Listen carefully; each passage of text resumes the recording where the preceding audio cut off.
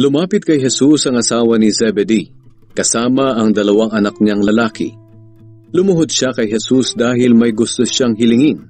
Tinanong siya ni Jesus, "Ano ang gusto mo?"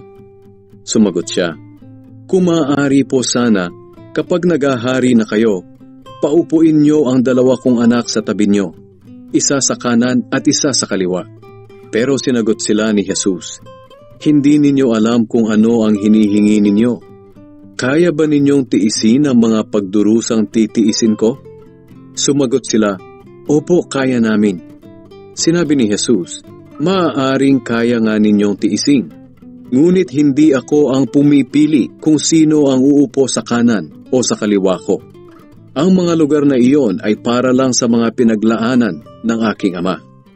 Nang malaman ng 10 tagasunod kung ano ang hiningi ng magkapatid, nagalit sila sa kanila.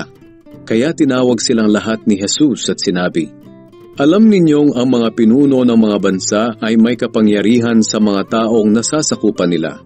At kahit anong gustuhin nila ay nasusunod. Ngunit hindi dapat ganyan ang umiral sa inyo. Sa halip, ang sino man sa inyo na gustong maging dakila ay dapat maging lingkod ninyo.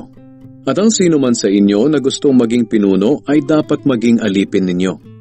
Maging ako na anak ng tao ay naparito sa mundo, hindi upang paglingkuran, kundi upang maglingkod at magbigay ng aking buhay para maligtas ang maraming tao."